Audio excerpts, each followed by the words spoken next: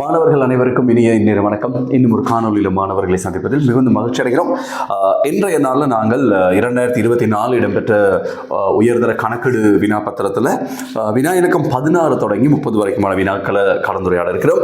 தெரியும், எங்களுடைய கடந்த காணொலியில் 2024 இடம்பெற்ற கணக்கெடு வினாத்தாளில் முதல் 15 வினாக்கள் பல்வேறு வினாக்களை கலந்துரையாடி இருந்தோம். அதனுடைய தொடர்ச்சியாக இன்றைய நாளில் நாங்கள் வினா இலக்கம் 16 தொடங்கி 30வது வினா வரைக்குமான வினாக்களை கலந்துரையாட இருக்கிறோம். அந்த வகையில் நாங்கள் பார்ப்போம் 16 மற்றும் 17வது வினாக்கள். அது சொல்லப்படுது, வினா இலக்கம் 16 மற்றும் 17 ஆகிய வினாக்களுக்கு விடையளிப்பதற்கு பின்வரும் தகவல்களை பயன்படுத்துக. பின்வரும் தகவல்களானது சுமனன் PLCயின் 31/3/2024 முடிவடைந்த வருடத்துடன் தொடர்புடையது. ஏற்கனவே நாங்கள் அறிவித்திருக்கிறோம், உங்களுக்கு தெரியும். இந்த வினாப்பத்திரத்தை நீங்கள் எங்களுடைய வாட்ஸ்அப் குழுமத்தின் ஊடாக இணைந்து கொண்டு பெற்றுக்கொள்ள முடியும். அந்த வினாப்பத்திரத்தை செய்து பார்த்த பிறகு நீங்கள் இந்த கலந்துரையாடலோடு இணைந்து இந்த காணொலியை பார்வையிட்டு அந்த வினாக்களுக்கான விடைகளை நீங்கள் சரிபார்த்து கொள்ள முடியும். அப்போ அதில் பார்த்தீங்கன்னு சொன்னால் சுமனன் PLCயின் முடிவடைந்த நிதியாண்டுக்கான தகவல்கள் தந்திருக்கிறாங்க. விற்பனை கிரயம், மொத்த லாபம், ஏனைய வருமானம், காலப்பகுதிக்கான லாபம், மீள் மதிப்பீட்டு மிகை மோட்டார் வாகனங்கள், மீள் மதிப்பீட்டு குறை இயந்திரம் என்று சொல்லி அந்த தகவல் தரப்பட்டு, இயந்திரமானது இப்போ நீங்கள் வாசிக்கும் பொழுது முக்கியமான விஷயங்களை அண்டர்லைன் பண்ணிக்கிறோம். இயந்திரமானது 31/3/2022 முதல் தடவையாக மேல் மதிப்பீடு செய்யப்பட்டுள்ளதுடன் இதனால் மிகையாக 450,000 ஏற்பட்டிருந்தது. நடைமுறை வருடத்தில் மோட்டார் வாகனங்கள் முதல் தடவையாகவும் இயந்திரமானது இரண்டாவது தடவையாகும். அப்போ மோட்டார் வாகனங்கள் முதல் தடவை மேல் மதிப்பீடு செய்யப்பட்டு மிக கிடைச்சிருக்கு 1000 ரூபாய். அதே போல இயந்திரங்கள் இரண்டாவது தடவையாக மேல் மதிப்பீடு செய்யப்பட்டு 800,000 குறை ஏற்பட்டிருக்கு. அதே நேரம் இந்த இயந்திரம் கடந்த காலப்பகுதி ஒன்றில் மீள் மதிப்பீடு செய்த போது ரூபாய் 450,000 மிகை ஒன்றை பதிவு செய்துள்ளது. அடுத்த தகவல் 31/3/2024 முடிவடைந்த வருடத்துக்கான லாபத்தினை கணிக்கும் போது மோட்டார் வாகனங்களின் மீள் மதிப்பீட்டு மிகை 1000 ஆனது ஏனைய வருமானத்தில் உள்ளது. உங்களுக்கு தெரியும், முதல் தடவை ஒரு ஆதனம் பொறி உபகரணத்தை மீள் மதிப்பீடு செய்து கிடைக்கிற மிகையை நாங்கள் ஏனைய வருமானமாக காட்டுறதில்லை, பிற முற்றும் அடங்கிய வருமானமாக காட்ட வேண்டிய ஒரு விஷயத்தை தான் தவறுதலாக ஏனைய வருமானமாக காட்டியிருக்கிறோம்.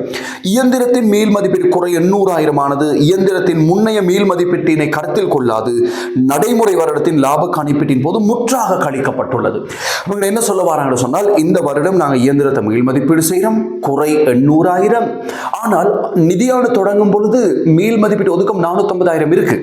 அப்ப இந்த 800,000 குறையில 450,000 ஏற்கனவே இருக்கின்ற ஒதுக்கத்தை கொண்டு ஈடு செய்யலாம்.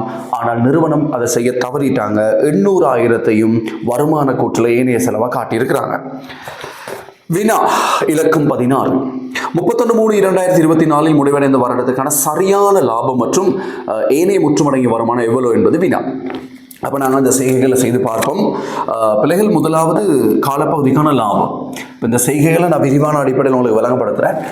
சீராக்க முன்னரான லாபம், சீராக்க முன் லாபம், சீராக்க முன்னரான காலப்பகுதிக்கான லாபம் உங்களுக்கு தரப்பட்டிருக்கு. ரூபாய் 2200, தொகைகள் 1000, ரூபாய் 1000, 2200. இந்த சீராக்கங்கள், இப்போ இதுக்குள்ளே இருக்கக்கூடிய தவறுகளை நாங்கள் சீராக்கி சரியான தேறிய லாபத்தை காண போகிறோம்.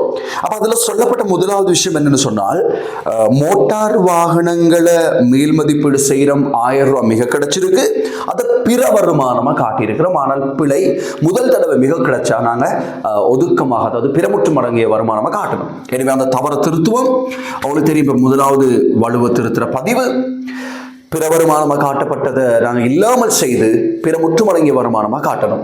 என்னது? மோட்டார் வாகன மேல் மதிப்பீடு மிகை. ஆகவே இதுக்கான பதிவு வரும் பாருங்க. பிற வருமானம் என்றும் பொழுது லாப நட்ட கணக்கில் நாங்கள் ஒரு வருமானமாக கருதி இருக்கோம், அதை இல்லாமல் செய்யணும். எனவே லாப நட்ட கணக்கு வரவு, லாப நட்ட கணக்கு வரவு 1000 ரூபாய். அதே போல மோட்டார் வாகன மீள் மதிப்பீட்டு ஒதுக்கம், மீள் மதிப்பீட்டு ஒதுக்கல் கணக்கு செலவு, மீள் மதிப்பீட்டு ஒதுக்கல் கணக்கு செலவு. இந்த மேல் மதிப்பீட்டு ஒதுக்கல் கணக்கில் செலவு வைக்கப்பட வேண்டிய தொகை தான் முதலில் பிறமுற்றும் அடங்கிய வருமானமாக காட்டப்பட்டு அதன் பிறகு உரிமையாண்மை மாற்றல் கூற்றில் மோட்டார் வாகன மேல் மதிப்பீடு ஒதுக்கமாக காட்டப்படும். எனவே இந்த பதிவால் உங்களுக்கு தெரியும், லாப நட்ட கணக்கு வரவு என்ற பதிவால் லாபம் 1 மில்லியனால குறைய போகுது. எனவே மோட்டார் வாகன மேல் மதிப்பீட்டு மிகையை நாங்கள் சீராக்குறதால தேறிய லாபம் 1000 ரூபாய், அதாவது 1 மில்லியனால குறையும்.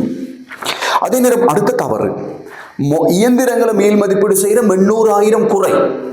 ஆனால் இந்த 800,000 குறைய ஈடு செய்யறதுக்கு ஏற்கனவே 450,000 ஒதுக்கம் இருக்கு. அந்த ஒதுக்கத்தை கருத்தில் கொள்ளாமல் முழு 800,000 லாப நட்ட கணக்குல ஏனைய செலவா காட்டியிருக்கிறோம். எனவே இப்ப நாங்க ஏனைய செலவு குறைக்கணும். அதே நேரம் நாங்க யோசிக்கணும், 800,000 குறை, ஒதுக்கம் இருக்கு 450. அப்ப இந்த 800,000 குறையில 450 நாங்க ஈடு செய்யலாம் ஒதுக்கத்தை கொண்டு. லாப நட்ட கணக்கில் காட்டியிருக்க வேண்டிய தொகை 350 மட்டும்தான். அதாவது மொத்த குறை 800ல 450 ஒதுக்கத்தை கொண்டு ஈடு செய்கிறோம். எனவே 350 மட்டும்தான் லாப நட்ட கணக்கில் காட்டியிருக்கணும். எனவே லாப நட்ட கணக்கில் காட்டப்பட்ட 800ல 450,000 நாங்க ஒதுக்கல் கணக்குக்கு மாற்றுவோம், மேல் மதிப்பீடு ஒதுக்கல் கணக்கு மாற்றுவோம். எனவே இதுக்கான சரியான பதிவு வரும். லாப நட்ட கணக்கில் 800,000 வர வைக்கப்பட்டது பிழை, நீங்கள் திருத்துறனா லாப நட்ட கணக்கு செலவு 450, ஒதுக்கல் கணக்கு வரவு 450. அப்ப இயந்திர ஒதுக்கம் குறைய போகுது. இயந்திர ஒதுக்கல் கணக்கு வரவு 450, லாப நட்ட கணக்கு செலவு 450. லாப நட்ட கணக்கு செலவு 450. இப்ப உங்களுக்கு தெரியும், லாப நட்ட கணக்கு செலவு என்ற பதிவு லாபத்தை அதிகரிக்க செய்யும். 450,000 ரைட். இயந்திர நீங்க செய்கைகள் செய்யறது இதெல்லாம் எழுத வேண்டிய அவசியம் இல்லை. உங்களுக்கு இந்த ஆன்சர் எவ்வாறு எடுக்கப்பட்டிருக்கு அப்படிங்கிறத விளங்கப்படுத்துறதுக்காக தான் இந்த விஷயங்கள்லாம் எழுதுறோம். இயந்திர மீள் மதிப்பீட்டு குறை, மீள் மதிப்பீட்டு குறை சீராக்கத்தை நாங்கள் செஞ்சிட்டோம் 450. ரைட். இப்போ நீங்கள் சரியான தேர்வு லாபத்தை எடுக்கலாம். 2650 1000 கழிச்சிங்கன்னா 1650 சீராக்கப்பட்ட லாபம். எனவே ஆன்சர்ஸ் பார்ப்போம். முதலாம் 2ஆம் விடைகளில் மட்டும்தான் சரியான லாபம் தரப்பட்டிருக்கு. எனவே 3, 4, 5 ஆகிய வினாக்களை நீங்கள் நிராகரிப்பீங்க. 3, 4, 5. எனவே எங்களுக்கு இப்போ சந்தர்ப்பம் இருக்கு 1, 2 முதலாம் 2ஆம் வினாக்களில் ஏதாவது ஒன்று தான் சரியாக இருக்கணும். நாங்கள் சரியான விடையை பார்க்க முதல்ல அடுத்த கேள்வியால் கேட்டிருக்காங்க, பிற முற்றும் அடங்கிய வருமானம், ஏனைய முற்றும் அடங்கிய வருமானம் யாதுன்னு சொல்லி. இது காலப்பகுதிக்கான சரியான லாபம். காலப்பகுதிக்கான லாபத்தை கண்டுபிடிச்சிட்ட பிள்ளைகள். இனி பிற முற்றும் அடங்கிய வருமானம், பிற முற்றும் அடங்கிய வருமானம் எவ்வளவுன்னு கேட்குறாங்க. முற்றுமடங்கிய வருமானம் உங்களுக்கு தெரியும், மேல் மதிப்பீட்டு சீராக்கங்கள் மட்டும்தான் நாங்கள் பிற முற்றுமடங்கிய வருமானத்தில் உயர்தரத்தில் நாங்கள் சீராக்கிற விஷயங்களாக இருக்கும். எனவே அந்த சீராக்கங்களை நாங்கள் பார்ப்போம். இப்போ இதில் உங்களுக்கு தெரியும் பாருங்க, மோட்டார் வாகன மேல் மதிப்பு ஒதுக்கல் கணக்கு செலவு, இது பிற முற்றுமடங்கிய வருமானத்தில் காட்டப்பட வேண்டிய விஷயம். முதல் தடவை மிக கிடைச்சா பிற முற்றுமடங்கிய வருமானத்தில் காட்டும். மோட்டார் வாகன மீள் மதிப்பீட்டு மிகை, மீள் மதிப்பீட்டு மிகை 1000 ரூபாய். அதே போல இயந்திர மீள் மதிப்பீடு ஒதுக்கல் கணக்கு வரவு 450 ரூபாய். உங்களுக்கு தெரியும், இயந்திரத்தை மீள் மதிப்பீடு செய்ததால 800,000 குறை. அந்த 800ல 450 ஈடு செய்ய போறோம் ஏற்கனவே இருக்க ஒதுக்கத்தை கொண்டு. எனவே அந்த ஒதுக்கத்தை கொண்டு ஈடு செய்யறத பிறமுற்றும் அடங்கிய வருமானத்தில் நாங்கள் இவ்வாறு வெளிப்படுத்தணும். இயந்திர மீள் மதிப்பு மிகையில் மாற்றம், மீள் மதிப்பு மிகையில் மாற்றம், மிகையில் மாற்றம் 450 மைனஸ். ரைட். ஆகவே இது ரெண்டையும் கூட்டினீங்கன்னு சொன்னால் உங்களுக்கு பிறமுற்றும் அடங்கிய வருமானம் கிடைக்கும் 550,000. ஆகவே முதலாவது விடையில தான் அந்த சந்தர்ப்பம் சரியான விடைகள் தரப்பட்டிருக்கு. எனவே 16வது வினாவுக்கு சரியான விடையை நாங்கள் எடுத்துட்டோம். 16வது வினாவுக்கு சரியான விடை முதலாவது விடை. 16வது வினாவுக்கு சரியான விடை முதலாவது விடை. ரைட். ஒவ்வொரு வினாக்களுக்கான விடைகளை இவ்வாறு தொகுத்தெடுப்போம். ரைட். இனி 17ஆம் வினா. 31/3/2024 முடிவடைந்த வருடத்துக்காக இனங்காணப்பட்ட மொத்த வருமானம் மற்றும் மொத்த செலவுகள் எவ்வளவுன்னு கேட்குறாங்க.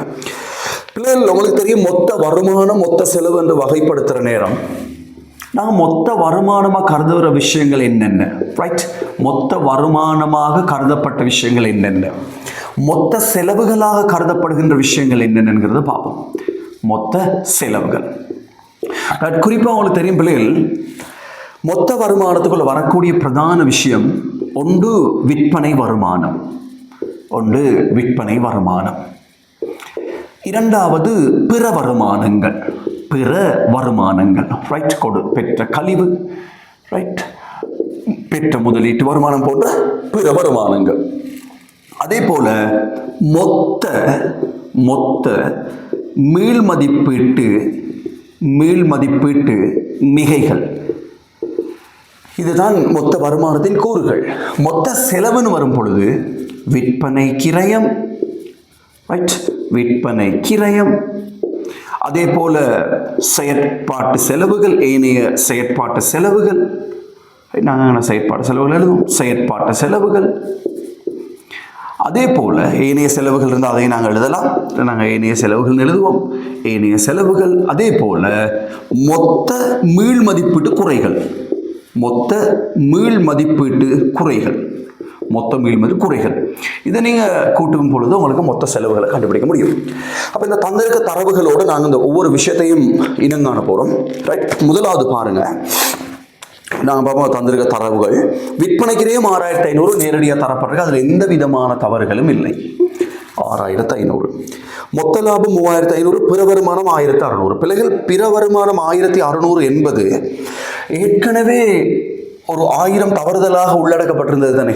மோட்டார் வாகன மீள் மதிப்பீடு மிக உண்மையிலே சரியான பிற வருமானம். 1600 என்பது பிழையான பிற வருமானம். அப்ப சரியான பிற வருமானங்கள் 600 மட்டுமே. அடுத்த வருடத்துக்கான லாபம், பிழையான லாபம் 2200, பிழையான லாபம் 2200. அப்ப பிழையான லாபம் 2200 என்றால் நாங்கள் முதலாவது அந்த செயற்பாடு செலவுகளை கண்டுபிடிக்கிறதுக்கான ஒரு தரவா தான் அது தரப்பட்டிருக்கு. அப்போ செயற்பாட்டு செலவை நாங்கள் காணும் பொழுது பிள்ளைகள் உங்களுக்கு தெரியும், இங்கே மொத்த லாபம் தெரியும், பிற வருமானம் தெரியும், காலப்பகுதிக்கான சரியான லாபம் தெரியும். அப்போ காலப்பகுதிக்கான செலவுகள் எவ்வளவு நாங்கள் இவ்வாறு அதை காணலாம். ரைட், பார்ப்போம். நாங்கள்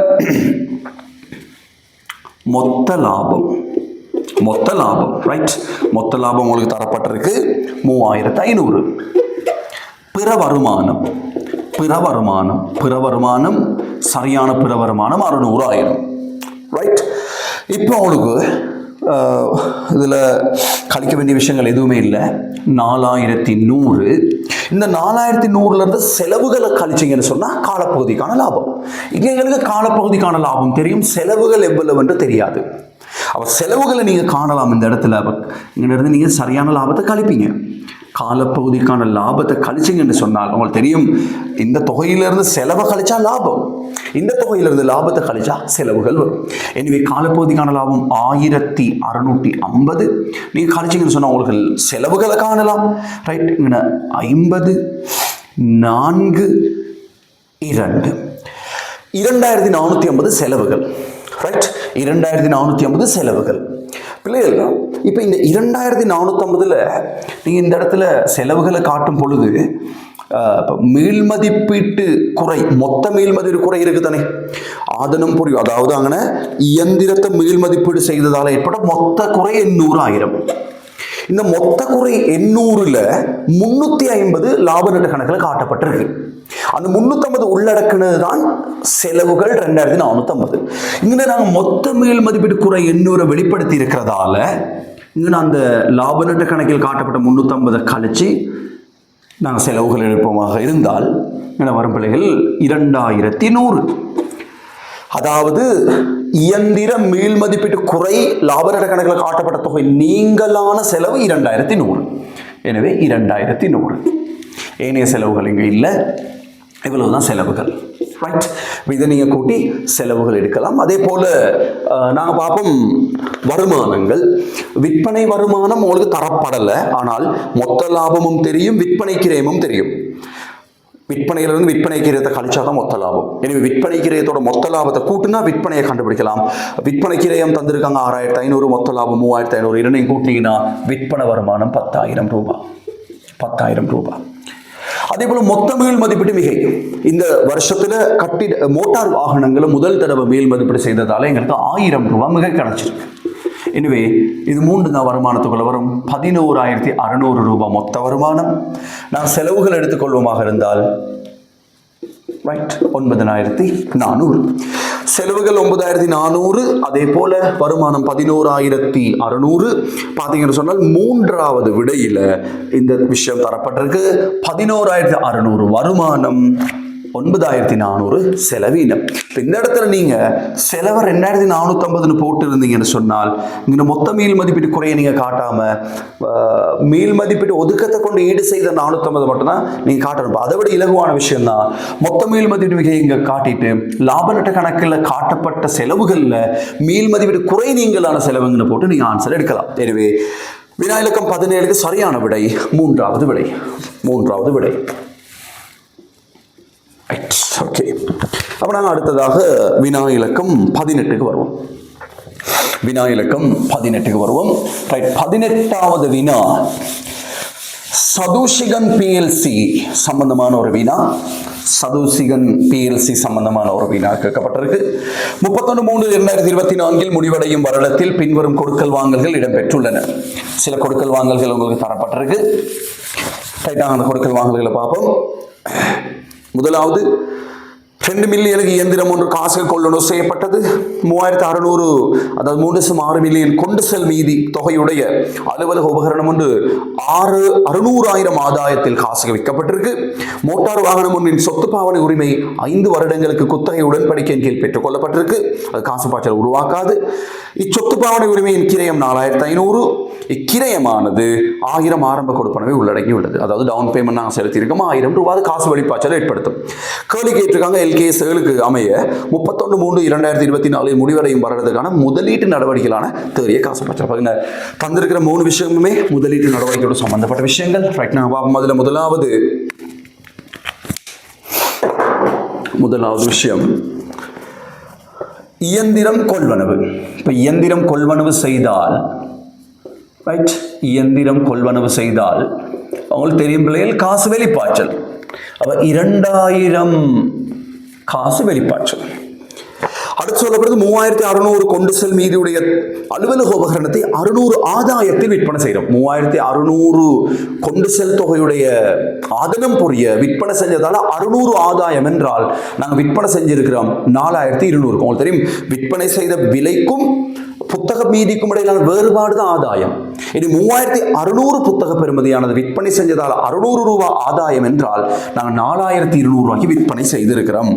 எனவே பிள்ளைகள் அலுவலக உபகரண விற்பனை மூலமா எங்களுக்கு காசு வருது.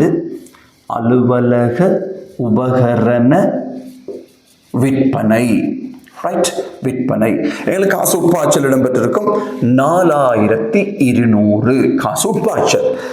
மூன்றாவது சொல்லியிருக்கிறாங்க மோட்டார் வாகனங்கள், அதாவது மோட்டார் வாகனமுடைய சொத்து பாவனை உரிமை அடிப்படையில் நாங்கள் பெற்றிருக்கிறோம். இதற்காக நாங்கள் இதன் பெறுமதி 4500 கிரயம். ஆனால் இதற்குள்ள 1000 ஆரம்ப கட்டணம் செலுத்தப்பட்டிருக்கு. ஆரம்ப கட்டணம் என்பது முதலீட்டு நடவடிக்கையிலான காசு வெளிப்பாய்ச்சல். ரைட், நாங்கள் வாங்கின சொத்து பாவனை உரிமையின் ஆரம்ப கட்டணம் 1000 காசு வெளிப்பாய்ச்சல். ஆகவே இதை நீங்க சீராக்கணும் அவங்களுக்கு வரும் விட 1200. இதுதான் முதலீட்டு இந்த இருக்கிற தகவல்கள் அடிப்படையாக நாங்கள் பார்க்குற நேரம் இந்த 3 விஷயங்கள் மட்டும் தான் முதலீட்டு நடவடிக்கையோடு சம்பந்தப்பட்ட காசு பாய்ச்சல்களாக இருக்குமான சரியான விட 1200. 18வது வினாவுக்கு சரியான விடை 2வது. 18வது வினாவுக்கு சரியான விட 2வது விடை. நாங்கள் 19வது கேள்விக்கு வரும் பிள்ளைகள். LKS 8 கணக்கீடு கொள்கைகள், கணக்கீட்டு மதிப்பீடு மாற்றங்கள் மற்றும் வழுக்களின்படி பின்வரும் கூற்றுக்களில் எது அல்லது எவை சரியானது அல்லது சரியானவை? முதலாவது, கணக்கீட்டு மதிப்பீடுகளானவை வணிக நடவடிக்கைகளில் உள்ளடங்கியிருக்கும் நிச்சயமற்ற தன்மைகள் காரணமாக எழுகின்றன. அப்ப அந்த கூற்று சரியான ஒரு கூற்றா இருக்கும். உங்களுக்கு தெரியும் அக்கவுண்டிங் எஸ்டிமேட்ஸ், ஐயக்கடன் ஒதுக்கீடு நாங்கள் சீராக்கிறோம், விற்பனை உத்தரவாத ஏற்பாடு சீராக்கிறோம். இந்த மாதிரி ஏற்பாடுகள் இந்த ஏற்பாடுகள் எல்லாமே கணக்கீடு மதிப்பீடுகள், நாங்கள் செய்கிற கணக்கீடு மதிப்பீடுகள். சில சந்தர்ப்பங்களில் எங்களுடைய மதிப்பீடுகள் காலப்போக்கில் மாறலாம், சில நிச்சயமற்ற தன்மைகளோடு அது மாற்றம் அடையலாம். உதாரணமாக நாங்கள் வியாபார வருமதியில் 10% ஐயக்கடன் ஒதுக்கீடாக போன தீர்மானிக்கிறோம். எதிர்கால பகுதியில் சில நேரம் அதை விட கூடுதலாகவோ அல்லது குறைவாகவோ அந்த நிச்சயிக்கப்பட வேண்டிய தொகை வேறொரு தொகையாக இருக்கலாம். ஆகவே கணக்கீடு மதிப்பீடுகள் வணிக நடவடிக்கைகள் உள்ளடங்கி இருக்கிற நிச்சயமற்ற தன்மை காரணமாக எழுகின்றன சொல்லலாம். அதே மாதிரி விற்பனை சேல்ஸ் வாரண்டி, சேல்ஸ் வாரண்டி, விற்பனை உத்தரவாதம் எடுத்துக்கிட்டீங்கன்னு சொன்னால், நாங்கள் விற்பனை உத்தரவாதத்துக்கு மொத்த விற்பனையில் 5% ஏற்பாடு செய்திருக்கலாம். ஆனால் எதிர்கால பகுதியில் அது விற்பனை உத்தரவாதம் சம்பந்தமாக செலவு செய்யும் பொழுது அதை விட அதிகமாகவோ குறைவாகவோ செலவு செய்ய வேண்டி வரலாம். எனவே கணக்கீடு மதிப்பீடுகள் பொறுத்த வரைக்கும் நிச்சயமற்ற தன்மைகள் காரணமாக அந்த மதிப்பீடு மாற்றங்கள் எழுகின்றன என்பது சரியான விஷயம். எனவே ஏ என்பது சரியான விஷயம். ஏ இல்லாத விடை நீங்கள் அதில் புறக்கணிக்கலாம். ஏ இல்லாத விடை இரண்டாவது விடை மட்டும்தான். பி, கணக்கீடு கொள்கைகள் எப்பொழுதும் அவை தொடர்புடைய கணக்கீட்டு நியமங்களில் பரிந்துரைக்கப்பட்ட வழிகாட்டல்களை பிரயோகிப்பதன் மூலம் தெரிவு செய்யப்பட வேண்டும். பிள்ளைகள், இலங்கை கணக்கீடு நியமம் 8 அமைய கணக்கீட்டு கொள்கைகளை தெரிவு செய்யும் பொழுது இலங்கை கணக்கீடு நியமம் ஒன்றின் வலியுறுத்தலின் பிரகாரம் கொள்கை தெரிவு செய்யப்படலாம், அல்லது முகாமைத்துவத்தினுடைய தீர்மானத்துக்கு அமையவும் கொள்கை தெரிவு செய்யப்படலாம். அந்த வகையில் பார்க்கிற நேரம் பி என்பது பிழையான கூற்று. கணக்கீட்டு நியமம் ஒன்றின் வழிகாட்டலின் பிரகாரம் கொள்கை ஒன்றை தெரிவு செய்ய வேண்டும் என்பது இல்லை. எனவே பி என்ற விடையை நாங்கள் பி உள்ளடங்கி இருக்கிற விடைகளை எலிமினேட் பண்ணுவோமாக இருந்தால் 3 மற்றும் 5 ஆகிய வினாக்கள் அந்த விடைகள் பிழையானவையாக இருக்கும். எனவே சரியான விடையாக வரப்போகிறது 1 அல்லது 4. நாங்கள் சி ஸ்டேட்மெண்ட்டை பார்ப்போம். கணக்கீடு மதிப்பீடுகளின் விளைவானது நடைமுறை காலப்பகுதியின் லாபம் அல்லது நட்டத்தில், அல்லது நடைமுறை மற்றும் எதிர்கால காலப்பகுதிகளின் லாபம் அல்லது நட்டத்தில் பொருத்தமான வகையில் சீராக்கப்படும். உங்களுக்கு தெரியும், கணக்கீடு மதிப்பீடுகளில் மாற்றங்கள் ஏற்படுற நேரம் கட்டாயம் நடைமுறை ஆண்டுக்குரிய லாபத்தை அது பாதிக்குமாக இருந்தால் நடைமுறை ஆண்டுக்கான லாபத்தில் சீராக்க வேண்டும். அதே போல அந்த மாற்றம் எதிர்வரும் காலப்பகுதிக்கான லாபங்களிலும் தாக்கம் செலுத்துமா இருந்தால் எதிர்கால பகுதிக்கான லாபங்களிலும் அவ்வாறு நாங்கள் சீராக வேண்டும். இப்போ உதாரணம் நாங்கள் எடுப்போம். இப்போ நீங்கள் ஒரு ஆதனம் புரிவகரணம் ஒன்று வாங்குறீங்க, அதன் ஆயுட்காலம் இருக்கு 10 வருடம். ஒரு 3 ஆண்டுகள் பாவிக்கிறீங்க. 3 ஆண்டுகள் பாவிச்ச பிறகு அதனுடைய ஆயுட்காலம் மதிப்பீடு செய்யப்படுது மேலும் 4 வருடங்கள் மட்டும்னு சொல்லி. அப்போ மேலும் 4 வருடங்கள் மட்டும் என்று சொன்னால் இனி வரும் காலத்துக்கு நீங்கள் எஞ்சிய ஆயுட்காலம் 4 வருடங்கள் என்று கருத்தில் கொண்டுதான் பெருமானத்தை செய்யணும். அது நடைமுறை ஆண்டுக்கு மட்டுமல்ல, இனி வருகின்ற ஆண்டுகளுக்கும் அந்த அடிப்படையில் தான் பெருமானத்தை செய்யணும். எனவே அந்த கூட்டம் சரியானதாக இருக்கும். எனவே ஏ மற்றும் சி ஆகிய விடைகள் சரி என்று சொல்லும் பொழுது வினா இலக்கம் 19க்கு சரியான விடையாக நாங்கள் எடுத்துக்கொள்ளலாம் 4வது விடை. வினா இலக்கம் 19க்கு சரியானது 4வது விடை. 20வது கேள்வி. இலங்கை கணக்கீட்டு நியமம் 37 ஏற்பாடுகள், நிகழத்தக்க பொறுப்புகள் மற்றும் நிகழத்தக்க சொத்துக்களின்படி பின்வரும் கூற்றுக்களில் எது அல்லது எவை சரியானது அல்லது சரியானவைன்னு கேட்டிருக்காங்க. முதலாவது, ஏற்பாடொன்றானது நிச்சயமற்ற காலம் அல்லது தொகையுடனான ஒரு பொறுப்பு. அது சரியான விஷயம் தெரியும். இலங்கை கணக்கீட்டு நியமம் 37க்கு அமைய ஏற்பாடுகள் என்பது தொகை அல்லது காலம் தொடர்பில் நிச்சயத்தன்மையற்ற ஒரு பொறுப்பு. எனவே ஏ என்பது சரியான விடை. ஏ இல்லாத விடைகளை நாங்கள் புறக்கணிப்போம். 2ஆம் மற்றும் 4ஆம் விடைகள் பிழையானவை. திட்டவட்டமாக நாங்கள் அதை சொல்லிடலாம். இனி 1, 3, 5 ஆகிய வினாக்களில் சரியான விடையை பார்ப்போம். சட்ட கடப்பாடானது ஒப்பந்தம், சட்டம் அல்லது ஏனைய சட்ட செயற்பாட்டிலிருந்து ஏற்படும் ஒரு கடப்பாடாகும். உங்களுக்கு தெரியும், சட்ட கடப்பாடுகளை பற்றி நாங்கள் எல்கேஎஸ் 37 படிச்சிருக்கிறோம். ஏற்பாடுகளை பொறுத்தவரையில் சில சட்ட ரீதியான கடப்பாடுகள், அது ஒப்பந்தம் அல்லது சட்டம் அல்லது ஏனைய சட்டங்களிலிருந்து ஏற்படும் ஒரு கடப்பாடுன்னு சொல்லப்படுது. இப்போ உதாரணமாக நாங்கள் விற்பனை உத்தரவாதம் செய்கிறோம். எங்களுடைய வாடிக்கையாளரோட ஒரு அக்ரிமெண்ட்டுக்கு வாரம், இந்த காலப்பகுதிக்குள்ளே இந்த பொருள் ஏதேனும் காரணத்தால் பழுதடைந்தால், அல்லது அந்த பொருள் பழுதடைந்தால் அல்லது பயன்படுத்தக்கூடிய நிலைமை இல்லாமல் போனால் உங்களுக்கு நாங்கள் விற்பனை உத்தரவாதம் தரோம் நாங்கள் சொல்கிறோம். அப்போ ஒரு அக்ரிமெண்ட்டோடு தான் அந்த விஷயம் உருவாகுது. அப்போ எதிர்கால பகுதியில் நாங்கள் சில நேரம் நட்டையீடு கொடுக்க வேண்டி வரும் என்பதற்காக ஏற்பாடுகளை செய்கிறோம். அப்படி இல்லாமல் இப்போ உள்நாட்டு இறைவரி திணைக்கள சட்டம், அந்த சட்டத்தின் பிரகாரம் வருமான வரி ஏற்பாடுகளை நாங்கள் செய்கிறோம். எனவே பிள்ளைகள், சட்ட கடப்பாடானது ஒப்பந்தம், சட்டம் அல்லது ஏனைய சட்ட செயற்பாடுகளிலிருந்து உருவாகலாம் என்பதும் சரியான விஷயம். ஏ மற்றும் பி ஆகிய 2 விடைகளும் சரியானது. எனவே 3 மற்றும் 5 தான் அந்த ஆப்ஷன் இருக்கு. நாங்கள் சிஐ பார்ப்போம். நிறுவனம் ஒன்று நிகழத்தக்க பொறுப்புகள் மற்றும் நிகழத்தக்க சொத்துக்களை அதன் நிதி கூற்றுகளில் இனங்காண்பதில்லை என்பதும் சரியான விஷயம். எல்கேஎஸ் 37 படி நிகழத்தக்க சொத்து பொறுப்புகளை நாங்கள் ஏடுகளில் வெளிப்படுத்துறது இல்லை. ஆகவே சியும் சரியான ஸ்டேட்மெண்ட். ஆகவே ஏபிசி ஆகிய 3மே சரியான விஷயம் என்பதால விடை இலக்கம் 5 சரியான விடையாக இருக்கும். விடை இலக்கம் 5 சரியான விடை. 20 வினாக்களை நாங்கள் கலந்துரையாடி இருக்கோம்.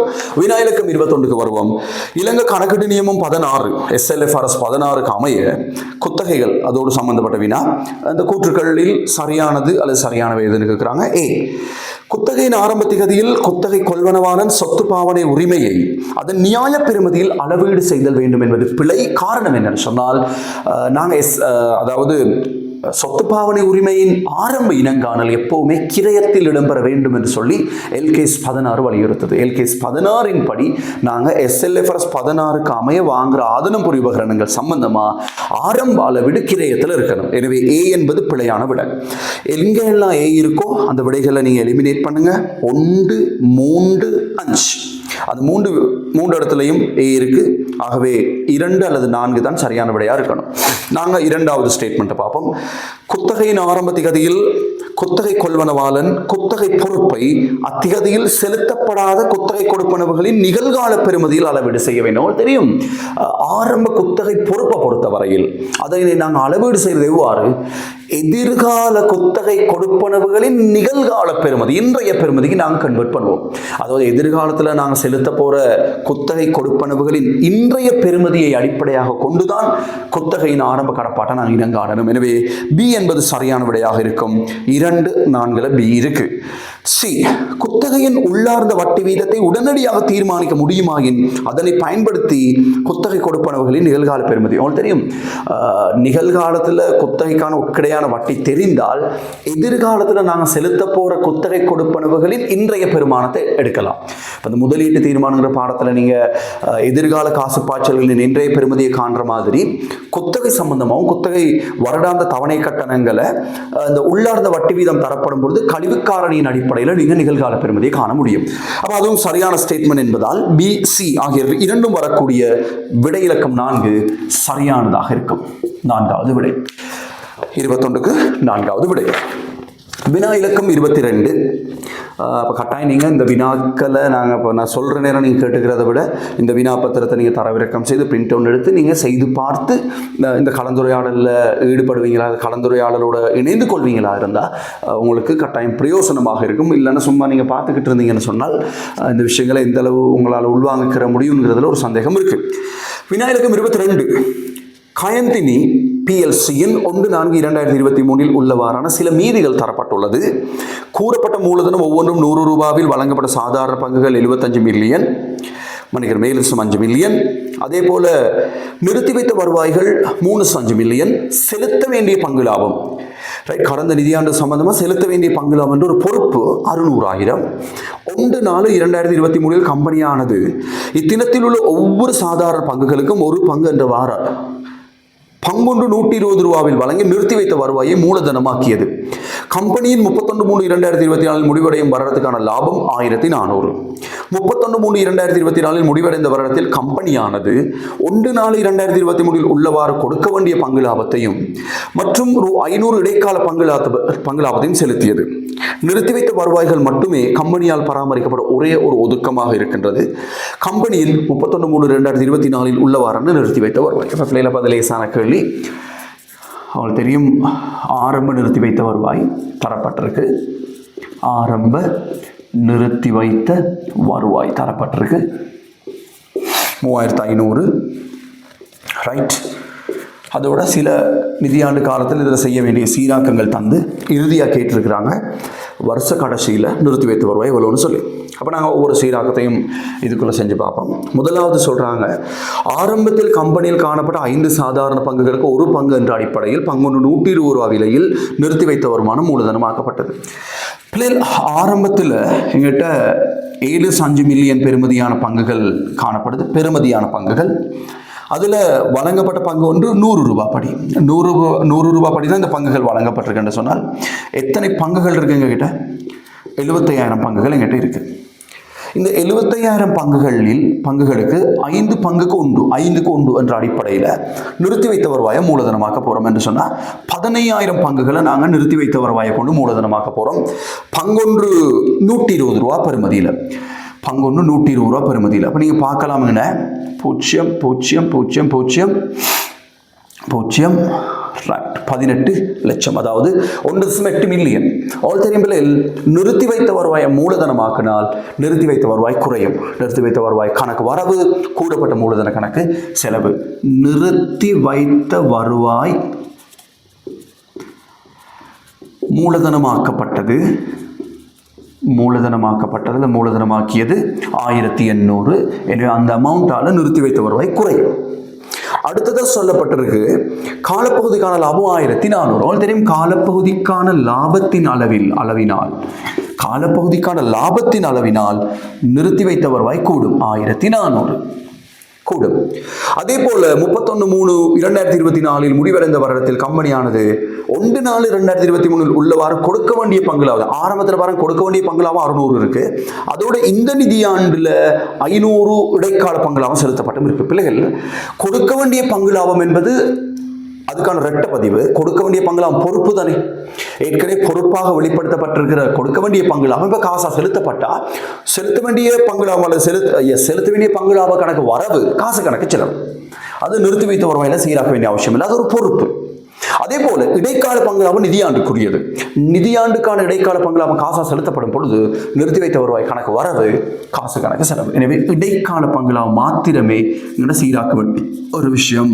இடைக்கால பங்கு லாபம் இடைக்கால பங்கு லாபம் மாத்திரம் தான் சீராக்கப்படணும். நிறுத்தி வைத்த வருவாயிலிருந்து அது 500 1000 அது கழிப்படும். நிறுத்தி வைத்த வருவாய் குறையும் தெரியும். ரைட், இப்போ நீங்கள் அட்ஜஸ்ட் பண்ணி பார்க்கலாம். 3100 2600 ரைட், 2600 இறுதி நிறுத்தி வைத்த வருவாய். இந்த சீராக்கமெல்லாம் செய்த பிறகு நிறுத்தி வைத்த வருவாய் 2600. விடை இலக்கம் 3, மூன்றாவது விட சரியான விடை. ரைட், நாங்கள் வினா இலக்கம் 23க்கு வரப்போலே. 31/3/2024 வணிகம் ஒன்றின் விரைவு சொத்து விகிதம். உங்களுக்கு தெரியும் விரைவு சொத்து விகிதம். விரைவு சொத்து விகிதம் என்பது ஒரு நிறுவனம் ஒன்றில் காணப்படுகின்ற திரவ சொத்துக்களுக்கும் ரைட், திரவ சொத்துக்களுக்கும் அதே போல நடைமுறை பொறுப்புக்கும் இடையிலான ரேஷியோ. இதான் விரைவு சொத்து விகிதம். இந்த விகிதம் இருக்கான் பிள்ளைகள் 1:1 அப்படி நாங்கள் சும்மா உதாரணம் எடுப்போம். திரவ சொத்துக்கள் 1000 இருக்கு, நடைமுறை பொறுப்புகளும் 1000 இருக்கு. அப்படி இருந்தால் 1:1 வரும். இப்போ கேட்குறாங்க அதன் விரைவு சொத்து விகிதத்தை முன்னேற்றுவதற்கு பின்வரும் நடவடிக்கைகளை கருத்தில் கொள்கிறது. ABCDன்னு சொல்லி 4 நடவடிக்கைகள் அவங்க தீர்மானிக்கிறாங்க. மேற்படி நடவடிக்கைகள் எது அல்லது எவை வணிகத்தின் விரைவு சொத்து விகிதத்தை முன்னேற்றுவதற்கு என்றால் இதை நீங்க ஒன்றார சுருக்கிறீங்கன்னா ஒரு தடவைன்னு வரும். திரவ சொத்துக்கள் ஒரு தடவை இதை நான் அதிகரிக்கணும். இதை அதிகரிக்கிறதுக்கு பொருத்தமான சஜஷன் என்னன்னு கேட்கிறாங்க. முதலாவது, காப்புறுதி கட்டணம் ஒன்று முற்பணமாக செலுத்தப்படும். பிள்ளைகள் காப்புறுதி கட்டணம் முற்பணமாக செலுத்தப்பட்டாலும் அவங்களுக்கு தெரியும் காசு குறையும். முற்பண காப்புறுதி என்ற சொத்து கூடும். முற்பண காப்புறுதி என்ற சொத்து அதாவது முற்பணங்கள் திரவ சொத்துக்குள்ள வராது. முற்பணமும் இருப்பும் திரவ சொத்துக்கள் கூட வராது. எனவே முற்பணங்கள் கூடுறதால திரவ சொத்து மாறாது. ஆனால் காசு குறைகிறதால திரவ சொத்து குறையும். நாங்கள் உதாரணம் எடுத்துக்கிறோம். 250,000 சொல்லி நாங்கள் 250,000 முற்பணம் செலுத்தி இருக்கிறோம் என்றால் இந்த திரவ சொத்து 750 கூடும். ஆனால் பொறுப்பு பக்கம் எந்த மாற்றமும் இல்லை. ஆக சுருக்கணி என்னவா ஒன்றை விட குறைய போகுது. திரவ விகிதம் அதாவது விரைவு சொத்து விகிதம் ஒன்றை விட குறைய போகுது. கேள்வி அதிகரிக்கிற காரணம் தானே, எப்ப அதிகரிக்கிறான்னு. எனவே A என்ற ஒரு சஜஷன் இந்த திரவ சொத்து விகிதத்தை அதாவது விரைவு சொத்து விகிதத்தை மேலும் குறைவடைய செய்யுமே ஒழிய முன்னேற்றம் அடைய செய்வது இல்லை. எனவே A என்பது பிழையான விட. அப்ப A இருக்கிற விடைகளை எலிமினேட் பண்ண 4வது விட பிழை. B, தற்போதுள்ள சரக்கிருப்பினை கடனுக்கு விற்பனை செய்தல். பிள்ளைகள் சரக்கிருப்பினை கடனுக்கு விற்கிறதால என்ன நடக்க போகுது? இருப்பு குறையும். ஆனால் இருப்பில் ஏற்படுற மாற்றம் திரவ சொத்தை பாதிக்காது. கடனுக்கு விற்கும் பொழுது கடன்பட்டோர் கூடும். கடன்பட்டோர் அதிகரிப்பது என்பது திரவ சொத்து கூடுவதாக எடுத்துக்கொள்ளலாம். எனவே நடைமுறை பொறுப்பு மாறாத நிலையில் திரவ சொத்து கூடுனா நிச்சயமா விரைவு சொத்து விகிதம் விரைவு சொத்து விகிதம் அதிகரிக்கும். எனவே B என்ற சஜஷன் சரியானதாக இருக்கும். எனவே B இருக்கிற விடைகளை பார்ப்போம். 1, 3, 5 அங்க B இருக்கு. அடுத்து, தற்போதுள்ள குறுங்கால பொறுப்புகளை கையில் உள்ள காசினை பயன்படுத்தி தீர்த்தல். பிள்ளைகள் சில குறுங்கால பொறுப்புகளை நடைமுறை பொறுப்புகளை காசை கொண்டு நாங்கள் செட்டில் பண்ண போறோம். எனவே இந்த சந்தர்ப்பத்தில் காசு என்பது திரவ சொத்துக்குள்ள வர்ற ஒரு சொத்து தானே. எனவே குறையும் பொறுப்பும் குறையும். ஒரே நேரத்தில் ஒரே அளவால் குறைந்தால் இந்த விகிதம் மாற போறது இல்லை. நீங்க பார்க்கலாம், என்ன நாங்கள் ஒரு 500 ரூபா நடைமுறை பொறுப்பை நாங்கள் செட்டில் பண்றோம்னு வைங்களேன். ரைட், அப்ப இங்க 500ஆல குறையும், 500ஆல குறையும், இங்கே 500ஆல குறையும். குறைஞ்சா 500 மிச்சம் வரும். இப்போ கொண்டு அதில் மாற்றங்கள் எதுவுமே நடக்க போகிறது இல்லை. எனவே C என்பது ஆன்சருக்குள்ள வராது. எனவே 1, ஒன்றா மூன்றா நாங்கள் பார்ப்போம். டி, தற்போதுள்ள சரக்கு இருப்பினை காசுக்கு விற்பனை செய்தல். இறுதி இருப்புக்களை காசுக்கு வித்தால் இருப்பு குறையும், ஆனால் இருப்புகள் குறைவது திரவ சொத்தை பாதிக்காது. ஆனால் காசுக்கு விற்பனை செய்ததால் காசு கூடி இருக்கும், அவன் நிச்சயமா திரவ சொத்து கூடி இருக்கும். நடைமுறை பொறுப்பு மாறாத போது திரவ சொத்தை கூடுனா இந்த விரைவு விகிதம் முன்னேற்றம் அடையும். ஆகவே பி மற்றும் டி ஆகிய விடைகள் சரியான விடைகளாக இருக்கும். பி மற்றும் டி அந்த விட இலக்கம் 3. 23வது நாங்கள் 22வதுக்கான விடையை நோட் பண்ணிடுவோம். 22வதுக்கான விடை 3. 23வது கேள்விக்கான விடையை தான் இப்போ பார்த்தோம். மூன்றாவது விடை ரைட். நாங்கள் 24, 25, 26, 27, 28, 29, 30 வரைக்குமான வினாக்களை பார்ப்போம். வினாயிலக்கம் 24. பின்வரும் நடவடிக்கைகள் எவை முகாமை கணக்கெடு தொழிற்பாடுகளாக கருத்தில் கொள்ளப்படலாம்? முகாமை கணக்கெட்டோடு சம்பந்தப்பட்ட விஷயங்கள். உற்பத்தி பொருள் ஒன்றின் அல்லது சேவை ஒன்றின் கிரயத்தினை தீர்மானித்தல். உண்மையில் உற்பத்தி பொருள் ஒன்றின் அல்லது வழங்கப்பட்ட சேவையின் கிரயத்தை தீர்மானித்தல் என்பது முகாமை கணக்கெட்டு என்ற ஒரு செயற்பாடாக இருக்கும். எனவே ஏ என்பது ஆன்சர்குள்ள வரும். ஏ இல்லாத விடை 4வது விட மட்டும்தான். ஏ இல்லை, அது பிழையான விட. செயற்பாட்டு மட்டம் மாறுகின்ற போது கிரய நடத்தை பகுப்பாய்வு செய்யப்படுதல். உங்களுக்கு தெரியும், செயற்பாட்டு மட்டத்துக்கு ஏற்ப கிரயங்கள் மாறும் பொழுது நிலையான கிரயம் மாறும் கிரயம் என பாகுபடுத்தி அதை நாங்கள் பகுப்பாய்வு செய்வோம். எல்லை கிரயவே இல்லை, அதுவும் முகாம கணக்கெட்டோடு சம்பந்தப்பட்ட விஷயம். எனவே ஏபி இரண்டுமே முகாம கணக்கெட்டோடு வரும். ஏபிங்கிற விட 1, 2, 3, 4, 5 வரைக்கும் இருக்கு. சி, முதலீட்டாளர்களுக்கும் கடன் கொடுத்தோருக்கும் நிதி தகவல்களை வழங்குதல் முகாம கணக்கெட்டுன்ற செயற்பாடு அல்ல, அது பிழையான விஷயம். எனவே சி ஆன்சருக்குள்ள வரக்கூடாது. எனவே 1, 3 தான் அந்த ஆப்ஷன் இருக்கு. நாங்கள் அடுத்த டி ஸ்டேட்மெண்ட்டை பார்ப்போம். உற்பத்தி பொருளின் கிரயம் தொகை லாபம் தொடர்பினை பகுப்பாய்வு செய்தல். அதாவது எல்லை கிரயவியல்ல நாங்கள் கிரயம் தொகை லாப பகுப்பாய்வு செய்திருக்கிறோம். எனவே அதுவும் முகாம கணக்கெட்டோடு சம்பந்தப்பட்ட விஷயம் எனும் பொழுது விடை இலக்கம் 3 சரியான விடையாக இருக்கும். 24வது வினாவுக்கு 3வது விடை.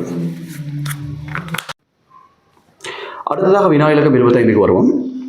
25வது வினா, பின்வரும் கூற்றுகளில் எது அல்லது எவை நிறுவனம் ஒன்றின் இருப்பு முகாமை தொடர்பில் சரியானவை? கிரய கணக்கீடு சம்பந்தமான ஒரு கேள்வி.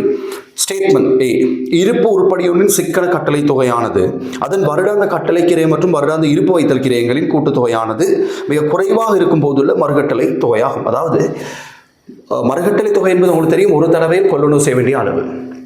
இஓக்யூ என்பதும் நிறுவனம் பின்பற்றக்கூடிய ஒரு மறுகட்டளை தொகை. இந்த இஓக்யூ என்ற மறுகட்டளை தொகையில் இருக்கக்கூடிய விசேஷம் என்னன்னு சொன்னால், இஓக்யூ என்ற மறுகட்டளை தொகையை நாங்கள் அந்த அளவு கொள்வனவு செய்யும் பொழுது எங்களுடைய வருடாந்த இருப்பு வைத்தல் கிரயத்தையும் வருடாந்த கட்டளை கிரயத்தையும் கூட்டும் போது வருகின்ற மொத்த கிரயத்தை இழிவுபடுத்திக் கொள்ள முடியும்.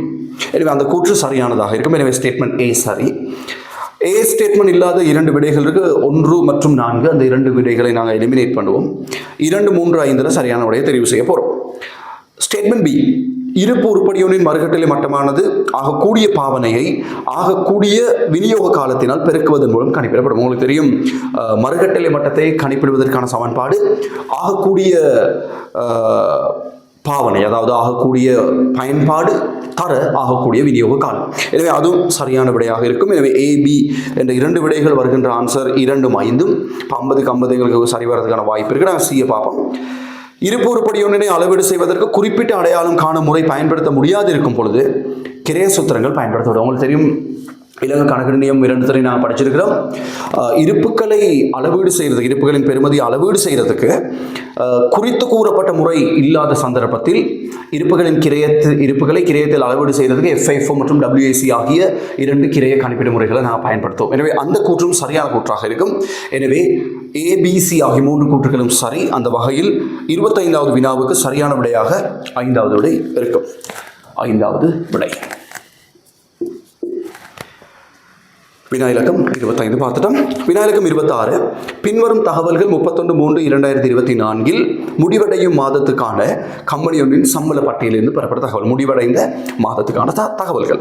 அடிப்படை சம்பளம் தந்திருக்காங்க 7500, படிகள் அலவன்சஸ் 2500. மேலதிக தகவலில் சொல்லப்படுது, ஊழியர் சேமலாப நிதிக்கான தொழில் கொள்வோர் மற்றும் தொழிலாளர் பங்களிப்புகள் முறையே 15 மற்றும் 10 வீதங்கள்.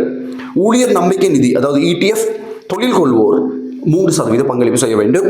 குறித்த மாதம் 3க்கான ஊழியர் சேமலாப நிதி மற்றும் ஊழியர் நம்பிக்கை நிதியானது EPF ETF ஆனது அடுத்த ஒரு மாதத்தில் அனுப்பப்படுகிறது. 31/3/2024 முடிவடையும் மாதத்துக்கான ஊழியர் தொடர்பாக இனங்காணப்பட்ட மொத்த செலவுகள் எவ்வளோ, 31/3/2024 உள்ளவாறான கம்பெனியின் செலுத்த வேண்டிய இபிஎஃப் எவ்வளவு. பிள்ளைகள், அப்போ உங்களுக்கு தெரியும் ஊழியர் தொடர்பான மொத்த செலவு. அதுக்கு முதல்ல இன்னொரு முக்கியமான விஷயம் என்ன சொல்லப்பட்டிருக்கு, இபிஎஃப் இடிஎஃப் ஆனது ஊழியரின் மொத்த சம்பளத்தில் கணிப்பிடப்படுகிறது. அதற்கு முன்னராக உங்களுக்கு தெரியணும் ஒரு முக்கியமான விஷயம், அதாவது ஊழியர் தொடர்பான செலவுகள் என்று வரும் பொழுது குறிப்பாக இந்த விஷயங்களை நான் கன்சிடர் பண்ணணும். அதாவது ஊழியருடைய மொத்த சம்பளம், அதே போல் இபிஎஃப்கான நிறுவன பங்களிப்பு, அதாவது தொழில் வழங்குனர் பங்களிப்பு, நிறுவன பங்களிப்பு, அதே போல் இடிஎஃப்கான நிறுவன பங்களிப்பு, இடிஎஃப் நிறுவன பங்களிப்பு. ரைட். இப்போ இந்த விஷயங்களை நாங்கள் பார்ப்போம். பிள்ளைகள், அதில் முதலாவது அடிப்படை சம்பளம் 7,500, படிகள் 2,500 என்று சொல்லும் பொழுது மொத்த சம்பளம் 10,000. அடுத்ததாக இபிஎஃப் மொத்த சம்பளத்தில் கணிப்பிட சொல்கிறாங்க 10,000க்கு 15%, அப்போ 1,500. அதே போல் இடிஎஃப் மொத்த சம்பளத்தில் 3%, அப்போ 10,000ல் 3% சொல்லும்போது 300. ரைட். இவ்வளவுதான் ஊழியர் தொடர்பில் அங்கே தரப்பட்டிருக்கிற விஷயங்கள். ஊழியர் தொடர்பான மொத்த செலவுகள் 11,800 ரூபாய். 11,800 ரூபாய். அப்போ நாங்கள் பார்ப்போம். முதலாவது ஆன்சர், ஊழியர் தொடர்பான மொத்த செலவுகள் 11,800.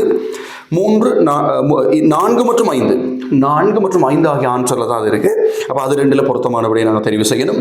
அடுத்ததாக கேட்கப்பட்டிருக்கு செலுத்த வேண்டிய இபிஎஃப் எவ்வளோன்னு சொல்லி. பிள்ளைகள், செலுத்த வேண்டிய இபிஎஃப் என்று சொல்லும் பொழுது உங்களுக்கு தெரியும் ஒவ்வொரு மாதத்துக்கான இபிஎஃப் அடுத்த ஒரு மாதத்தில் தான் செலுத்தப்படுது. எனவே இந்த மாதம் தொடர்பில் இந்த மாதம் நிறுவன பங்களிப்பையும் தொழிலாளருடைய இபிஎஃப் பங்களிப்பையும் சேர்த்து தான் நாங்கள் நிதியத்துக்கு அனுப்பணும். எனவே இதோடு நாங்கள் சேர்ப்போம் தொழிலாளருடைய இபிஎஃப் பங்களிப்பு. மொத்த சம்பளத்தில் 10%, 1,500 தொழில் வழங்கும் நிறுவனத்தின் பங்களிப்பு, 10,000க்கு 10% தொழிலாளர் பங்களிப்பு 1,000 ரூபாய். ரைட். இது ரெண்டையும் கூட்டுவீங்களா இருந்தால் அவங்களுக்கு விட வரும் 2,500 ரூபாய். அதாவது மொத்த இபிஎஃப் நிதியத்துக்கு அனுப்ப வேண்டிய தொகை 2,500. ஆகவே 5வது ஆன்சரில் அந்த விட தரப்பட்டிருக்கு 11,800, 2,500. ஆகவே வினா இலக்கம் 26க்கு சரியான விடையாக நாங்கள் 5வது விடையை தெரிவு செய்து கொள்ளலாம். 5வது விடை. அடுத்ததாக வினா இலக்கம் 27, 28 2 வினாக்கள் கேட்கப்பட்டிருக்கு. ஜெமினி பிஎல்சி ஆனது தனிப்பொருள் ஒன்றை உற்பத்தி செய்கிறது. ஜெமினி பிஎல்சி ஆனது தனிப்பொருள் ஒன்றை உற்பத்தி செய்கிறது. அது சம்பந்தமான தகவல் உங்களுக்கு தரப்பட்டிருக்கு. தகவல்களை பாருங்க. முதலாவது சொல்லப்படுது, கம்பெனியின் எதிர்பார்க்கப்பட்ட செயற்பாட்டு மட்டம் 20,000 அலகுகள். பின்வரும் மதிப்பீடுகள் அடுத்த கால பகுதிக்கான. அப்போ நாங்கள் நோட் பண்ணிக்கிறோம், மதிப்பீடு செய்யப்பட்ட செயற்பாடு மட்டும் 20,000 அலகுகளை நாங்கள் விற்பனை செய்ய தீர்மானிச்சோம், அதை உற்பத்தி செய்து விற்க தீர்மானிக்கிறோம். அதில் மேலதிக தகவல், அலகொன்றுக்கான நேர்பொருள், அதாவது ஒரு அலகை உற்பத்தி செய்யறதுக்கு 2 கிலோ நேர் மூலப்பொருள் அவசியம். 1 கிலோவின் பெறுமதி 300. அதே போல் அலகொன்றுக்கான நேர் ஊழியம் 2 மணித்தியாலங்கள், அதாவது ஒரு அலகை உற்பத்தி செய்யறதுக்கு 2 ஊழிய மணித்தியாலங்கள் அவசியம். ஒரு மணித்தியாலத்துக்கான கூலி 200 ரூபாய். உற்பத்தி மேந்தலை உறிஞ்சல் வீதம் நேர் ஊழிய மணித்தியாலத்துக்கு 300. ஒரு மணித்தியாலத்துக்கான மேந்தலை 300 ரூபாய். உற்பத்தி அல்லா மேந்தலைகள் மொத்தமாக 8 மில்லியன் தரப்பட்டிருக்கு. மொத்த கிரயத்தில் லாபம் 25. உற்பத்தி அல்லா கிரயங்களை கூட்டி மொத்த கிரயத்தில் 25% லாபம்னு சொல்லப்படுது. மேலதிக தகவலை சொல்றாங்க, 50% உற்பத்தி மேந்தலைகளும் 75% உற்பத்தி அல்லா மேந்தலைகளும் மாறும் கிரயங்கள் ஆகும். அப்ப உற்பத்தி மேந்தலைகளில் 50% மாறும் மேந்தலைகள், உற்பத்தி அல்லா மேந்தலைகளில் 75% உற்பத்தி அல்லா அதாவது மாறும் மேந்தலைகள். முதலாவது வினா, அலகொன்றுக்கான உற்பத்தி கிரயம் மற்றும் அடுத்த காலப்பகுதியான மொத்த நிலையான கிரயம் எவ்வளவுன்னு கேட்குறாங்க. இப்போ அதில் முதலாவது பாருங்க பிள்ளைகள், அலகொன்றுக்கான உற்பத்தி கிரயம் நான் பார்ப்போம். நேர் மூலப்பொருள் கிரயம், நேர் பொருள் கிரயம். ஆனால் நேரடியாக சொல்லப்படுது, ஒரு அலகை உற்பத்தி செய்கிறதுக்கு 2 கிலோ நேர் மூலப்பொருள் அவசியம். 1 கிலோவின் பெறுமதி 300 என்றால் ஒரு அலகை உற்பத்தி செய்கிறதுக்கு எங்களுக்கு 600 ரூபாய் பெறுமதியான நேர் மூலப்பொருள் அவசியம். அலகொன்றுக்கான ஊழியம் ஒரு மணித்தியாலத்துக்கு 200. அலகொன்றை உற்பத்தி செய்கிறதுக்கு அவசியமான நேர் ஊழிய மணித்தியாலம் 2. ஒரு மணித்தியாலத்துக்கான கூலி 200 என்றால் ஒரு அலகை உற்பத்தி செய்கிறதுக்கு 400 ரூபாய் நேர்கூலி 400 ரூபாய். அடுத்து சொல்லப்படுது உற்பத்தி மேந்தலை உள்ளடக்கல் வீதம் நேர் ஊழிய மனத்தியாலத்தின் அடிப்படையில் 300. ஒரு மனத்தியாலத்துக்கான உற்பத்தி மேந்தலை 300. ஒரு அழகை உற்பத்தி செய்யறதுக்கு 2 ஊழிய மனத்தியாலங்கள் அவசியம். நான் ஊழிய மனத்தியாலங்களின் அடிப்படையில் அதை உள்ளடக்கம் செய்ய போறோம். உற்பத்தி மேந்தலை, ரைட்? உற்பத்தி மேந்தலை மனத்தியாலம் ஒன்றுக்கான நேர் ஊழிய மனத்தியாலம் ஒன்றுக்கு ஜெனரேட் ஆகிற மேந்தலை 300 ரூபாய். ஒரு அழகு உற்பத்தி செய்யறதுக்கு 2 மனத்தியாலங்கள் அவசியம். எனவே 600 ரூபாய். 600 ரூபாய். ஆகவே பிள்ளைகள் ஆன்சருக்கு வருவோம். ஒரு அழகு உற்பத்தி செய்த உற்பத்தி கிரயம் 1600 ரூபாய். முதலாவது நாங்கள் 1600 விடையை தெரிவு செய்வோம். 2 மற்றும் 3 ஆகிய விடைகளில் 1600 தரப்பட்டிருக்கு. அடுத்ததாக கேட்குறாங்க மொத்த நிலையான கிரயம் எவ்வளோன்னு சொல்லி. மொத்த நிலையான கிரயத்தை பொறுத்த வரைக்கும் பிள்ளைகள் மொத்த நிலையான கிரயம். அப்போ இதில் உங்களுக்கு தெரியும், நாங்கள் ஒரு எடுகோல் எடுத்துக்கொள்வோம். அதாவது முதற்கிரயம், சகல முதற்கிரயங்களும் மாறும் கிரயங்கள் அழகு ரீதியாக தரப்பட்டிருக்கு. எனவே சகல முதற்கிரயங்களும் மாறும் கிரயங்கள். அப்போ முதற்கிரயத்துக்குள்ள நிலையான கிரயம் இல்லை. அப்போ அங்கே 2 நிலையான கிரயங்கள் இருக்கு. ஒன்று உற்பத்தியுடன் சம்பந்தப்பட்ட நிலையான கிரயம், அதாவது நிலையான உற்பத்தி கிரயம். நிலையான உற்பத்தி கிரயம் அல்லது உற்பத்தி மேந்தலை, நிலையான உற்பத்தி மேந்தலை. இரண்டாவது நிலையான உற்பத்தி அல்லா மேந்தலை. நிலையான உற்பத்தி அல்லா மேந்தலை. உற்பத்தி அல்லா மேந்தலை, ரைட்? உங்களுக்கு பார்க்கலாம், அங்கே உங்களுக்கு தரப்பட்டிருக்கு பிள்ளைகள் உள்ளடக்கல் வீதம் நேர் ஊழிய மனத்தியாலமுக்கு 300 ரூபாய். அதாவது அழகொன்றை உற்பத்தி செய்யறதுக்கு உற்பத்தி மேந்தலை அழகொன்றுக்கு 600 ரூபாய். ஒரு அழகுக்கான உற்பத்தி மேந்தலை 600 ரூபாய். எங்களுக்கு தெரியணும் இந்த 600 ரூபாவில் 50%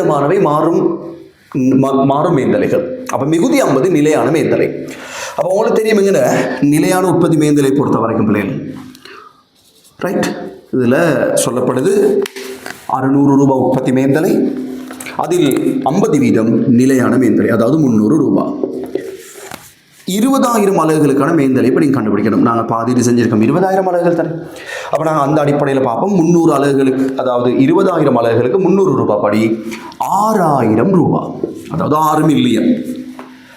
நிலையான உற்பத்தி மேந்தலை 6 மில்லியன். அடுத்தது சொல்லப்பட்டிருக்கு 50% 6000. அடுத்தது சொல்லப்படுறது உற்பத்தி அல்லா மேந்தலைகள் 800,000, அதில் 75% மாறும் மேந்தலைகள். 800,000, அதாவது 8 மில்லியன்ல மாறும் உற்பத்தி அல்லா மேந்தலைகள் 75%. அப்போ நிலையான உற்பத்தி அல்லா மேந்தலை 25%. 25% 200, 2 மில்லியன். ஆகவே கூட்டுறீங்கன்னு சொன்னால் 8000, அதாவது 8 மில்லியன் மொத்த நிலையான கிரயம். உற்பத்தியோடு சம்பந்தப்பட்ட, உற்பத்தியோடு சம்பந்தப்படாத நிலையான மேந்தலைகளை கணிப்பீடு செஞ்சிடும். எனவே அந்த ஆன்சர் 3வது தரப்பட்டிருக்கு. எனவே வினா இலக்கம் 27க்கு சரியான விட 3வது விட. அடுத்ததாக நாங்கள் வினா இலக்கம் 28க்கு வருவோம். இவ்வுற்பத்தி பொருளின் அழகொன்றுக்கான பங்களிப்பு. அழகொன்றுக்கான பங்களிப்புன்னு சொல்றது பிள்ளைகள், அழகொன்றின் விற்பனை விலையிலிருந்து, ரைட்? அழகொன்றின் விற்பனை விலையிலிருந்து அழகொன்றுக்கான மாறும் கிரயம், யூனிட் வேரியபிள் காஸ்ட், அழகொன்றுக்கான மாறும் கிரயத்தை நான் கழிக்கணும். இந்த இடத்துல எங்களுக்கு அழகொன்றின் உற்பத்தி கிரயம் தெரியும். அழகொன்றின் மொத்த கிரயத்தில் 25% லாபம் சேர்த்து விற்பனை விலை தீர்மானிக்கப்படுது. எனவே இந்த அழகொன்றுக்கான உற்பத்தி கிரயத்தோட நாங்கள் கூட்டுவோம் அழகொன்றுக்கான உற்பத்தி அல்லா கிரயம். அழகொன்றுக்கான உற்பத்தி அல்லா மேந்தலை, உற்பத்தி அல்லாத மேந்தலை, ரைட்? பிள்ளைகள் உற்பத்தி அல்லா மேந்தலையை பொறுத்தவரையில் நிலையான மேந்தலையும் இருக்குது, மாறும் மேந்தலையும் இருக்குது. அப்போ எங்களுக்கு எந்த அடிப்படையில் மேந்தலைகளை உள்ளடக்கணும்னு சொல்லி, உற்பத்தி அல்லா மேந்தலைகளை எவ்வாறு உள்ளடக்கணும்னு சொல்லி குறிப்பிட்டு சொல்லாததால் நாங்கள் மொத்த உற்பத்தி அல்லாத மேந்தலை 8 மில்லியனை 20,000 அலகுகளால் பிரித்து நாங்கள் உற்பத்தி அழகு அடிப்படையாக கொண்டு தான் இதை உள்ளடக்கம் செய்யலாம், வேறு தகவல் இல்லை. எனவே இந்த இடத்துல எங்களுக்கு தெரியும் 400 ரூபாய் அழகொன்றுக்கான உற்பத்தி அல்லா மேந்தலை, 400 ரூபாய், ரைட்? அப்போ நீங்கள் பார்த்தீங்கன்னு சொன்னால் தெரியும் உங்களுக்கு ஒரு அழகுக்கான மொத்த கிரயம், அழகொன்றுக்கான மொத்த கிரயம் 2000 ரூபாய். இந்த அழகொன்றுக்கான மொத்த கிரயத்தோட லாபம் செய்ய சொல்கிறாங்க 25%. 25% லாபம். 2025% 500 ரூபாய். எனவே இந்த ரெண்டையும் நீங்கள் கூட்டினீங்கன்னு சொன்னால் அழகொன்றின் விற்பனை விலையை நீங்கள் கண்டுபிடிச்சிட்டீங்க. விற்பனை விலை, ஒரு அழகுண்ட விற்பனை விலை 2500 ரூபாய். 2500 ரூபாய், ரைட்? இப்போ எங்களுக்கு தேவை அலகொன்றுக்கான மாறும் கிரயம். இங்கே நாங்கள் எடுத்துக்கொள்வோம், பார்த்துக்கொள்ளுங்க. இந்த ரெண்டும் முதற்கிரயங்கள். முதற்கிரயங்கள் சகலதும் மாறும் கிரயங்கள். எனவே ஒரு அலகுக்கான முதற்கிரயம் இப்போ நீங்கள் எக்ஸாம்பிள் இப்படி எழுதி பார்க்க தேவையில்லை, நான் உங்களுக்கு விளங்கப்படுத்துறதுக்காக இதை எழுதுகிறேன். 1000 ரூபாய். ரைட். அலகொன்றுக்கான முதற்கிரயம் 1000 ரூபாய். அலகொன்றுக்கான மேந்தலை உற்பத்தி மேந்தலை 600. எங்களுக்கு தேவை மாறும் மேந்தலை. அப்போ அலகொன்றுக்கான மாறும் உற்பத்தி மேந்தலை பார்ப்போம். மாறும் உற்பத்தி மேந்தலை. பிள்ளைகள் பாருங்க, அலகொன்றுக்கான மொத்த உற்பத்தி மேந்தலை 600. அதில் எங்களுக்கு தேவை மாறும் மேந்தலை. நேரத்தோட சொல்லியிருக்காங்க உற்பத்தி மேந்தலைகள் 50% மாறும் மேந்தலைகள். அப்போ 600ல் அரை பகுதி, அதாவது 300 ரூபாய் மாறும் உற்பத்தி மேந்தலை. அடுத்ததான் எங்களுக்கு அவசியமான விஷயம் தான் மாறும் உற்பத்தி அல்லா மேந்தலை. மாறும் உற்பத்தி அல்லா மேந்தலை. ரைட். இங்கே அவங்களுக்கு தரப்பட்டிருக்க பிள்ளைகள் அலகொன்றுக்கான உற்பத்தி அல்லா மேந்தலை, அலகொன்றுக்கான உற்பத்தி எல்லாம் மேந்தலை 400 ரூபாய். ஒரு அலகுக்கு 400 ரூபாய் உற்பத்தி எல்லாம் மேந்தலை. அந்த 400ல் 75% மாறும் மேந்தலைகள். 400ல் 75% 300 மாறும் உற்பத்தி எல்லாம் மேந்தலை 300. இவ்வளோ நீங்கள் எடுத்தீங்கன்னு சொன்னால் 1600. 1600 என்று சொன்னால் நீங்கள் 2000 மாறும் கிரயங்கள் சகலத்தையும் கழிச்சிங்கன்னா உங்களுக்கு வரப்போகிற ஆன்சர் 900. இதுதான் அலகொன்றுக்கான பங்களிப்பு.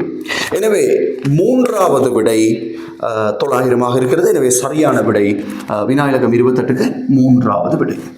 27க்கும் மூன்றாவது விடை, 28க்கும் மூன்றாவது விடை. ரைட்.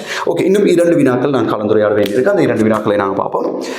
பாருங்க, உற்பத்தி கம்பெனி ஒன்றின் செயற்பாடு மட்டும் 100,000 அலகுகள். ரைட். அதே ஒரு வினாதான். 100,000 அலகுகள் செயற்பாடு மட்டும். சில தகவல்கள் உங்களுக்கு தரப்பட்டிருக்கு பிள்ளைகள். உற்பத்தி கம்பெனி ஒன்றின் செயற்பாடு மட்டும் 100,000 அலகுகள். பின்வரும் தகவல்கள் 31/3/2024 முடிவடையும் வருடத்துடன் தொடர்புடையவை. விற்பனைகள் தாராங்க, நிலையான கிரயம் தாராங்க, லாபம் தாராங்க. கம்பெனியின் அலகொன்றுக்கான மாறும் கிரயம் எவ்வளவு, சமப்பாட்டு புள்ளி அலகுகள் எவ்வளவுன்னு கேட்குறாங்க. அலகொன்றுக்கான மாறும் கிரயம் பிள்ளைகள் இப்போ பாருங்க, இந்த இடத்துல இந்த தந்திருக்க தரவுகளோடு பார்க்குற நேரம் உங்களுக்கு தெரியும். லாபம் தரப்பட்டிருக்கு, நிலையான கிரயம் தரப்பட்டிருக்கு. இந்த 2 விஷயம் தெரிஞ்சு நீங்கள் பங்களிப்பை காணலாம். அதாவது 100,000 அலகு செயற்பாடு மட்டத்தில் மொத்த பங்களிப்பை காணலாம். எனவே 100,000 செயற்பாடு மட்டத்தில் நாங்கள் மொத்த பங்களிப்பை முதல்ல பார்ப்போம். பங்களிப்பு சமன். ரைட். பங்களிப்பு சமன். பங்களிப்பு சமன். லாபம், அதாவது பங்களிப்பு சமன் மொத்த நிலையான கிரயம் சக லாபம். எனவே இதை 2 நீங்கள் கூட்டலாம்.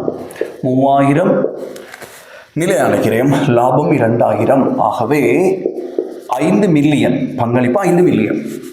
இதை பயன்படுத்தி நீங்கள் மாறும் கிரயத்தை காணலாம். மாறும் கிரயம் உங்களுக்கு தெரியும். விற்பனை வருமானத்திலிருந்து பங்களிப்பை கழிச்சா மாறும் கிரயம், மாறும் கிரயத்தை கழிச்சா பங்களிப்பு. ஏற்கனவே விற்பனை தந்திருக்கிறாங்க 12,000. அந்த 12,000ல் 5,000 பங்களிப்பாக இருந்தால் 5,000 பங்களிப்பாக இருந்தால் 7,000, அதாவது 7 மில்லியன் மாறும் கிரயமாக இருக்கும். 100,000 அலகுகளுக்கான மாறும் கிரயம் 7,000 என்று சொன்னால் அலகொன்றுக்கான மாறும் கிரயம் எவ்வளவு? அலகொன்றுக்கான மாறும் கிரயம். ரைட். 7 மில்லியன் 100,000 அலகுகள் செயற்பாடு மட்டும் சுருக்கடின்னு சொன்னால் ஒரு கிடைக்கிற விட ரூபாய் 70. ஒரு அலகுக்கான மாறும் கிரயம் 70 ரூபாய். ஆன்சர்ஸ் 4-5 இருக்கு. அப்போ மற்ற ஆன்சர்ஸை நீங்கள் எலிமினேட் பண்ணலாம். 4-5 சரியான விடையை பார்ப்போம். அடுத்ததாக சொல்கிறாங்க பிரேக் ஈவன், சமப்பாட்டு புள்ளி அலகுகளில் கேட்குறாங்க. பிஇபி அலகுகள். பிஇபி அலகுகள். ரைட். உங்களுக்கு தெரியும் நிலையான கிரயத்தை அலகு பங்களிப்பாளர் சுருக்குவீங்களா இருந்தால் கண்ட்ரிபியூஷன் பர் யூனிட். ரைட். நாங்கள் பார்ப்போம். நிலையான கிரயம் உங்களுக்கு தரப்பட்டிருக்கு பிள்ளைகள் 3 மில்லியன். அலகொன்றுக்கான பங்களிப்பை நீங்கள் கண்டுபிடிக்கலாம். பாருங்கள், அலகொன்றுக்கான, அதாவது 100,000 அலகுகளுக்கான பங்களிப்பு 5 மில்லியன் என்றால் ஒரு அலகுக்கான பங்களிப்பு 50 ரூபாய். அலகு பங்களிப்பு. இப்போ நீங்கள் சுருக்கணிங்கன்னு சொன்னால், ரைட், நீங்கள் சுருக்கணிங்கன்னு சொன்னால் 60,000 அலகுகள். பிரேக் ஈவன் 60,000 அலகுகள். அப்போ 60,000 அலகுகள் விட 5வது விட சரியான விடை. ரைட். ஓகே. அப்போ நாங்கள் 29 வினாக்களை பார்த்துட்டோம். அடுத்ததாக 30வது வினா முதலீட்டு தீர்மானம் சம்பந்தமான வினா. நிறுவனம் ஒன்று 5 வருட பயன்தர ஆயுட்காலத்தை கொண்ட இயந்திரம் ஒன்றில் முதலீடு செய்யும் செயற்திட்டம் ஒன்றை கவனத்தில் கொள்கிறது. இவ்வியந்திரத்தின் மதிப்பிடப்பட்ட கிரயம் 1 மில்லியன். இச்செயற்திட்டத்தில் இருந்து ரைட் தொடக்க கிரயம் 1 மில்லியன். ரைட். இவ்வியந்திரத்தின் மதிப்பிடப்பட்ட கிரயம். ஓகே. இச்செயற்திட்டத்திலிருந்து வருடாந்த தேறிய காசு உட்பாய்ச்சல் 200,000. ஒவ்வொரு வருஷமும் ஜெனரேட் ஆகக்கூடிய தேறிய காசு உட்பாய்ச்சல். அடுத்தது சொல்லப்படி இச்செயற்றிடன் எதிர்பார்க்கப்பட்ட வருவாய் வீதம் ARR, average accounting rate of return.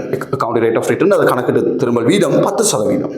இத்திட்டத்தின் தேறிய நிகழ்கால பெறுமதி எதிர்கணியம் NPV. எதிர்கணியமா இருக்கான். அவங்களுக்கு NPV எப்படி காண்றது?